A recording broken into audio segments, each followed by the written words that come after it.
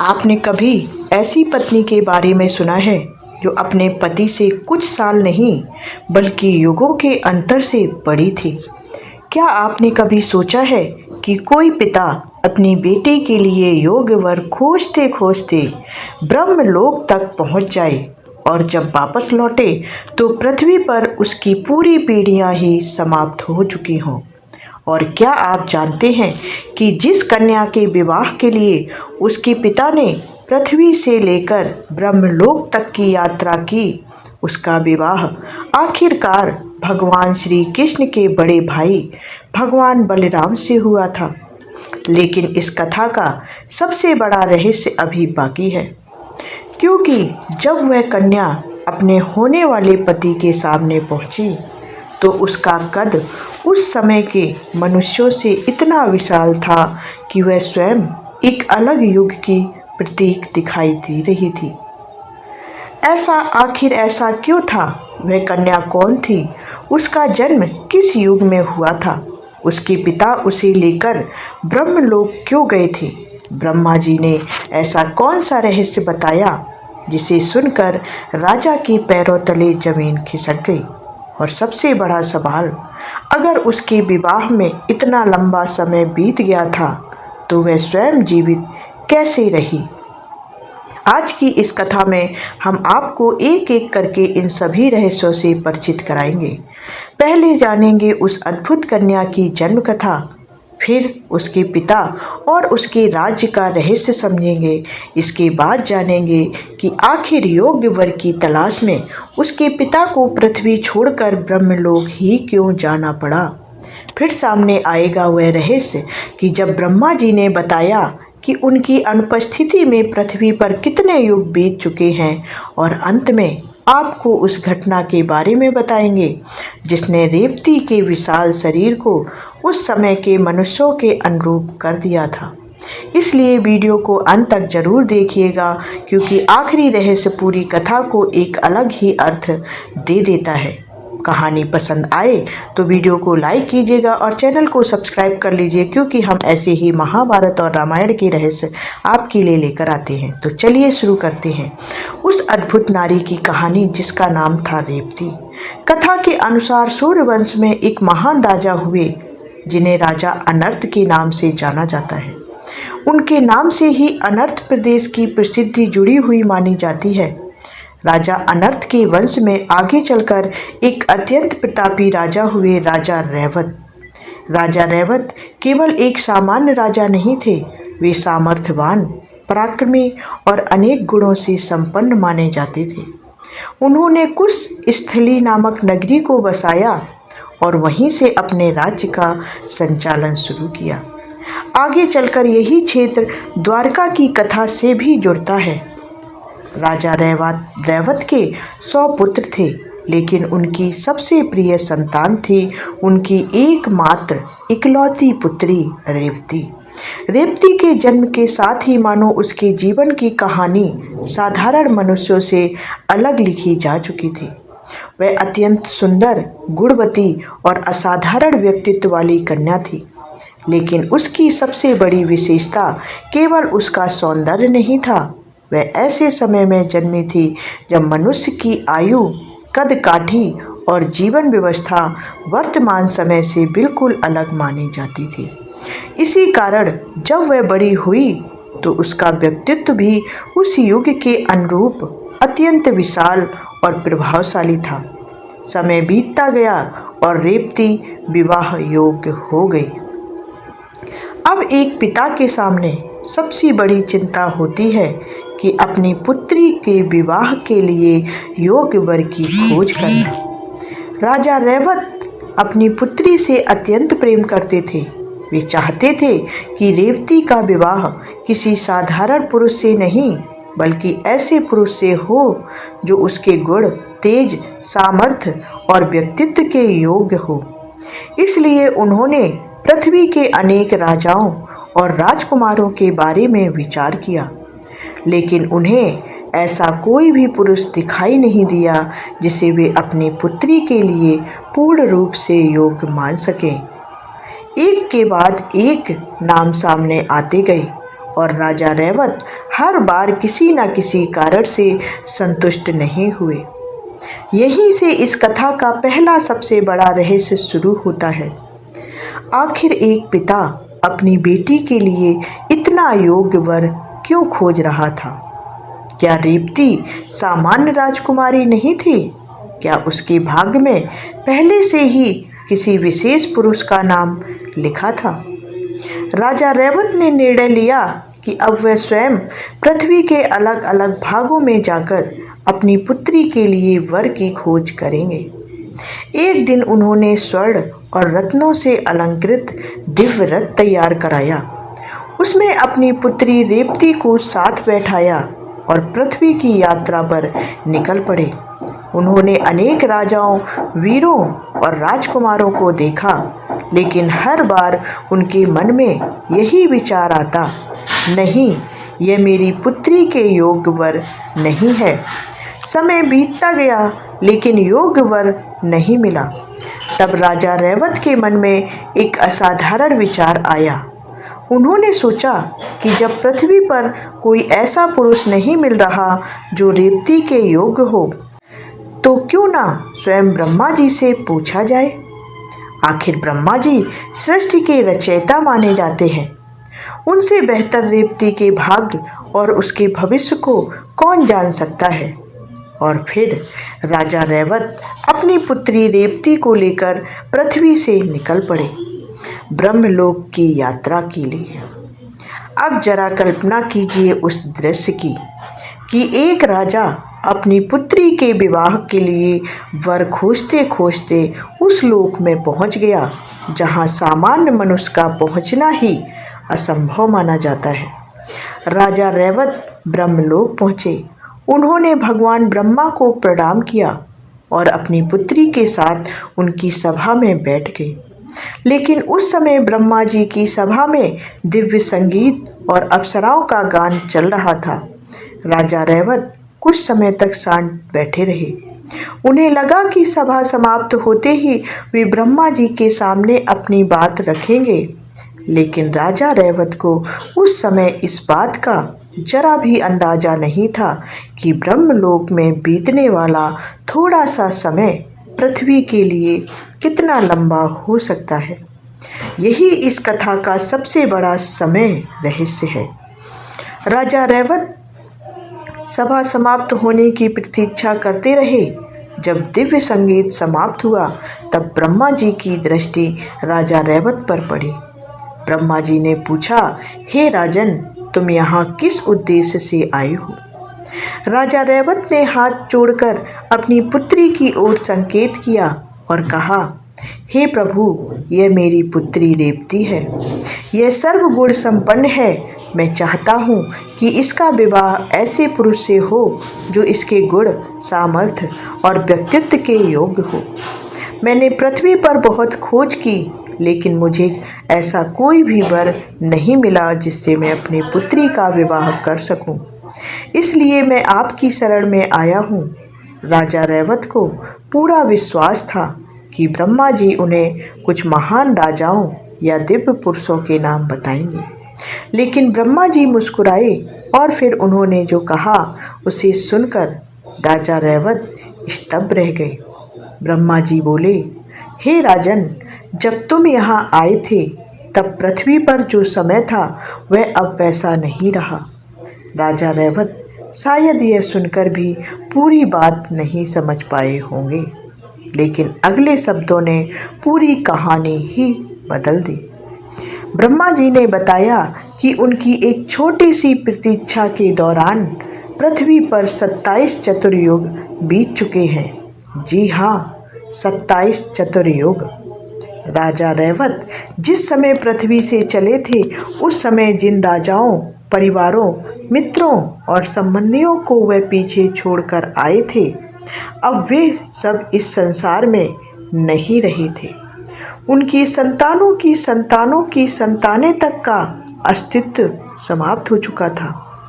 जिस राज्य से राजा रैवत आए थे वह समय की धारा में बहुत पीछे छूट चुका था। यह सुनकर राजा रैवत को समझ आया कि ब्रह्मलोक में कुछ समय प्रतीक्षा करना पृथ्वी के लिए कितना विशाल समय बन चुका था। और अब कहानी में आता है सबसे बड़ा मोड़। राजा रैवत ने शायद सोचा होगा कि इतने लंबे समय के बाद अब रेवती का विवाह किससे होगा। जिस संसार के लिए वह अपनी पुत्री का वर खोजने निकले थे, वह संसार तो पीछे छूट चुका है। लेकिन ब्रह्मा जी के पास इसका उत्तर पहले से ही था। उन्होंने कहा, हे राजन, अब पृथ्वी पर समय बहुत आगे बढ़ चुका है। भगवान विष्णु के अवतार श्री कृष्ण और उनके बड़े भाई भगवान बलराम पृथ्वी पर अवतरित हो चुके हैं। वे द्वारका में विराजमान हैं।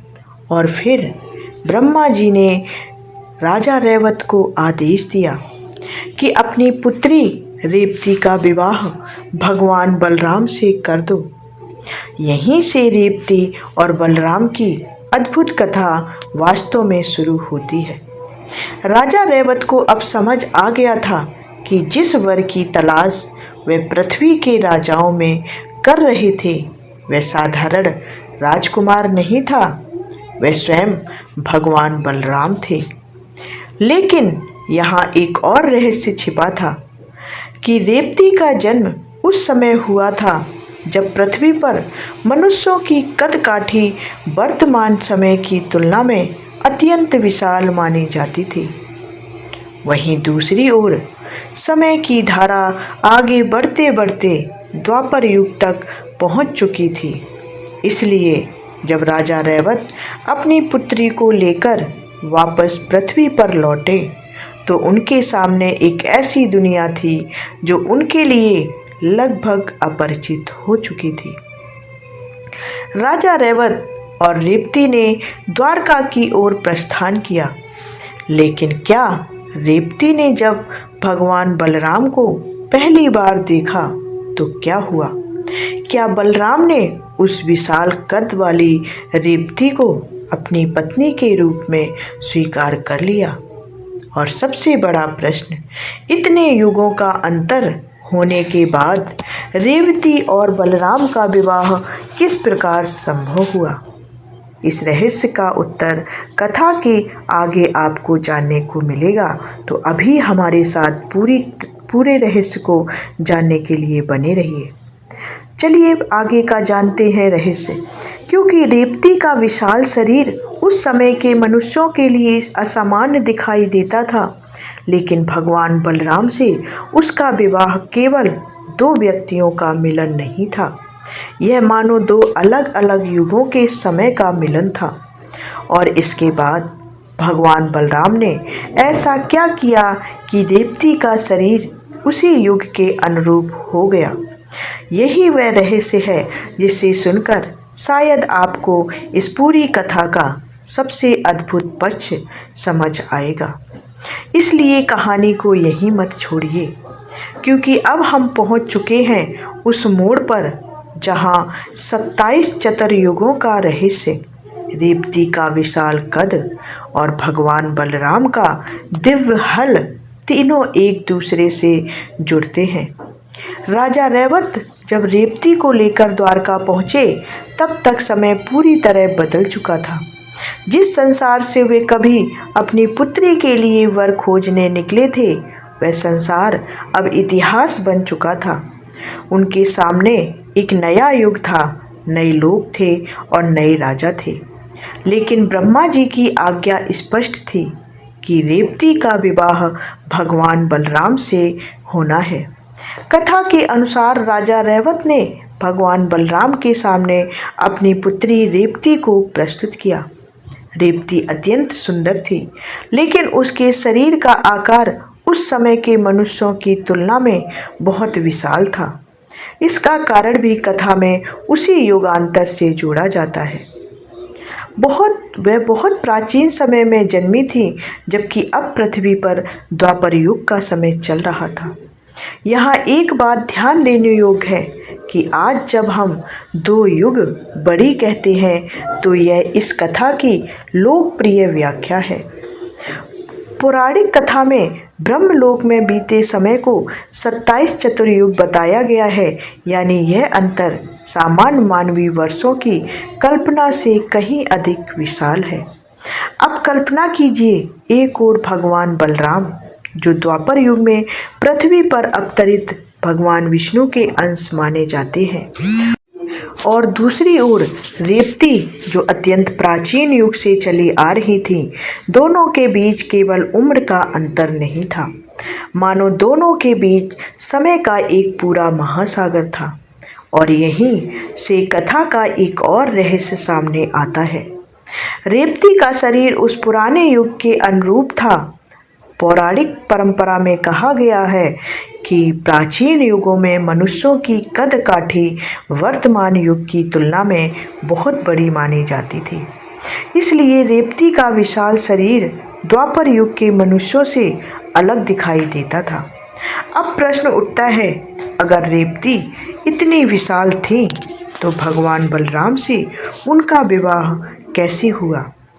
कथा के अनुसार भगवान बलराम ने अपने दिव्य हल के अग्रभाग से रेवती के शरीर को स्पर्श किया। उस दिव्य स्पर्श के बाद रेवती का शरीर द्वापर युग के मनुष्यों के अनुरूप हो गया, यानी वह उसी युग के अनुसार दिखाई देने लगी जिस युग में उनका विवाह भगवान बलराम से होने जा रहा था। यह प्रसंग केवल एक चमत्कार के रूप में नहीं देखा जाता, बल्कि इसे समय और युग परिवर्तन से जुड़ी एक प्रतीकात्मक कथा के रूप में भी समझा जाता है। रेवती मानो बीते हुए युग की प्रतिनिधि थी और भगवान बलराम वर्तमान युग की दिव्य शक्ति थे। उनके विवाह के साथ दो अलग अलग समय धाराएं एक साथ आती दिखाई देती हैं, लेकिन कहानी अभी समाप्त नहीं हुई है, क्योंकि अब सवाल यह है कि रेवती के पिता राजा रैवत का क्या हुआ। जिस पिता ने अपनी पुत्री के लिए योग वर की खोज में पूरी पृथ्वी घूम डाली, ब्रह्मलोक तक पहुंच गए और फिर 27 चतुर्युग बीतने के बाद वापस लौटे, तो उस पिता ने अपनी पुत्री का विवाह करने के बाद क्या किया? कथा के अनुसार रेवती का विवाह भगवान बलराम से संपन्न हुआ। राजा रैवत ने अपनी सामर्थ्य के अनुसार अनेक दिव्य वस्तुएं और उपहार अर्पित किए। विवाह के बाद द्वारका में उत्सव मनाया गया, लेकिन राजा रैवत के मन में अब सांसारिक जीवन के प्रति वैसा आकर्षण नहीं रह गया था। उन्होंने अपनी जिम्मेदारी पूरी कर दी थी। जिस पुत्री के लिए उन्होंने पृथ्वी से लेकर ब्रह्मलोक तक की यात्रा की थी, उसका विवाह स्वयं भगवान बलराम से अब हो चुका था। अब उनके जीवन का अगला चरण था तपस्या करना। राजा रैवत वन की ओर चले गए और तपस्या में जीवन व्यतीत करने लगे। उधर रेवती भगवान बलराम की पत्नी बनकर द्वारका में रहने लगी। और इस तरह एक ऐसी कथा पूरी हुई जिसकी शुरुआत एक पिता की चिंता से हुई थी और जिसका अंत भगवान बलराम और रेवती के विवाह पर हुआ। लेकिन अब इस पूरी कहानी का सबसे बड़ा और चौंकाने वाला रहस्य समझिए। रेवती के पिता अपनी पुत्री के लिए वर खोजने निकले थे। उन्होंने पृथ्वी देखी, उन्हें कोई योग्य वर नहीं मिला। फिर वे ब्रह्मलोक पहुँचे। वहाँ उन्होंने उस समय प्रतीक्षा की और जब वे वापस लौटे तो पृथ्वी पर 27 चतुर्युग बीत चुके थे। यानी जिस समय राजा रैवत अपनी पुत्री के विवाह की चिंता कर रहे थे, उसी दौरान उनके पीछे पूरी सभ्यताएं बदल चुकी थी। राजा बदल गए थे, पीढ़ियां पूरी समाप्त हो गई थीं, वंश समाप्त हो गए थे। उनके परिचित लोग इस संसार से हमेशा के लिए जा चुके थे, लेकिन रेवती जीवित थी। आखिर क्यों रेवती जीवित थी? यही प्रश्न इस कथा को असाधारण बना देता है। पौराणिक परंपरा में रेवती को दीर्घायु और असाधारण प्रकृति की बताया गया है। उनका जीवन सामान्य मनुष्यों के जीवन की तरह सीमित नहीं बताया जाता है। यही कारण है कि वह इतनी लंबी समय यात्रा के बाद भी अपने पिता के साथ पृथ्वी पर वापस आई। अब जरा उस दृश्य की कल्पना कीजिए। एक पिता और उसकी बेटी ब्रह्मलोक से पृथ्वी पर वापस आते हैं। उन्हें लगता है कि वे उसी दुनिया में लौट रहे हैं जिसे उन्होंने छोड़ा था, लेकिन पृथ्वी उन्हें पहचानती ही नहीं थी, क्योंकि वो बहुत आगे बढ़ चुकी थी। उनका समय समाप्त हो चुका था, उनके परिचित समाप्त हो चुके थे, उनका युग समाप्त हो चुका है। और फिर उसी बदली हुई पृथ्वी पर उन्हें एक नया संसार मिलता है। वो संसार है द्वारका का संसार। वहीं उन्हें भगवान कृष्ण और भगवान बलराम मिलते हैं और ब्रह्मा जी का दिया हुआ वर भी मिल जाता है। यानी जिस वर की खोज में राजा रैवत पृथ्वी पर निकले थे, उसे पाने के लिए उन्हें पृथ्वी से बाहर जाना पड़ा। और जिस समय वह पृथ्वी पर वापस आए, तब उनकी बेटी का विवाह एक ऐसे पुरुष से हुआ जो स्वयं दिव्य अवतार परंपरा से जुड़े भगवान बलराम थे। यही कारण है कि रेवती की कथा केवल विवाह की कथा नहीं है, यह समय के रहस्य की भी कथा है। यह बताती है कि अलग अलग लोकों में समय की गति को पुराणों में अलग अलग प्रकार से समझाया गया है। पृथ्वी पर जो समय बहुत लंबा दिखाई देता है, वह किसी दूसरे लोक में बहुत छोटा हो सकता है। और यही विचार रेवती की कथा के केंद्र में है। लेकिन अब उस प्रश्न पर लौटते हैं जिससे हमने शुरुआत की थी कि महाभारत की वह नारी कौन थी जो अपने पति से युगों युगों बड़ी थी। जी हाँ, वह स्त्री थी, वह नारी थी रेवती, राजा रैवत की पुत्री, और उनके पति थे भगवान बलराम। लोकप्रिय कथाओं में इसे पति से 2 युग बड़ी कहकर बताया जाता है, लेकिन कथा का अधिक सटीक विवरण यह है कि रेवती के पिता ब्रह्मलोक पहुँचे और वहाँ बीते समय के कारण पृथ्वी पर 27 चतुर्युग बीत चुके थे। इसलिए उनके और द्वापर युग के बीच का समय अंतर सामान्य कल्पना से बहुत बड़ा था। और अब आता है इस पूरी कहानी का सबसे बड़ा खुलासा कि रेवती केवल इसलिए असाधारण नहीं थी कि उनका विवाह भगवान बलराम से हुआ था। उनकी कहानी यह सवाल भी उठाती है कि समय वास्तव में हमारे लिए जितना दिखाई देता है, क्या वह उतना ही है? पुराणों की दृष्टि में समय केवल घड़ी और वर्षों से नहीं मापा जाता। अलग अलग लोकों और युगों में समय की गति अलग अलग मानी गई है। रेवती की कथा इसी विचार को एक अत्यंत रोचक रूप में सामने रखती है। एक ओर पृथ्वी का समय था तो दूसरी ओर ब्रह्मलोक का समय था। राजा रैवत के लिए ब्रह्मलोक की सभा में बैठना केवल कुछ समय की बात थी, लेकिन पृथ्वी के लिए वही समय 27 चतुर्युगों में बदल गया। और यही वह रहस्य है जिसे आज के समय में सुनकर भी लोग आश्चर्यचकित हो जाते हैं।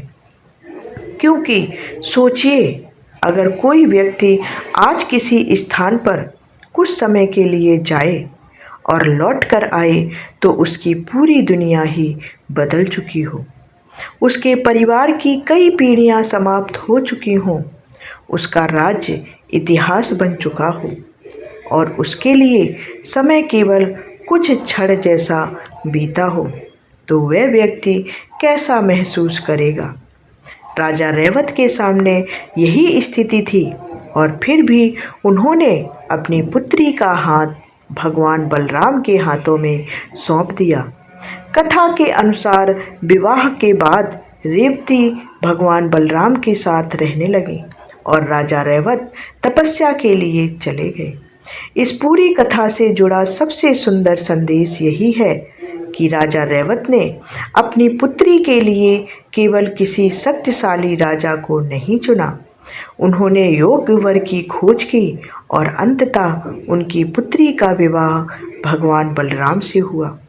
रेवती की कथा हमें यह भी बताती है कि पुराणों में समय, युग और लोकों की कल्पना कितनी विशाल थी और शायद यही वजह है कि हजारों वर्षों बाद भी यह कथा लोगों को आकर्षित करती है, क्योंकि यह केवल एक राजकुमारी की कहानी नहीं है, यह एक ऐसी स्त्री की कहानी है जिसने एक युग में जन्म लिया, दूसरे युग में अपने जीवन की यात्रा जारी रखी और अंततः भगवान बलराम की पत्नी बनी।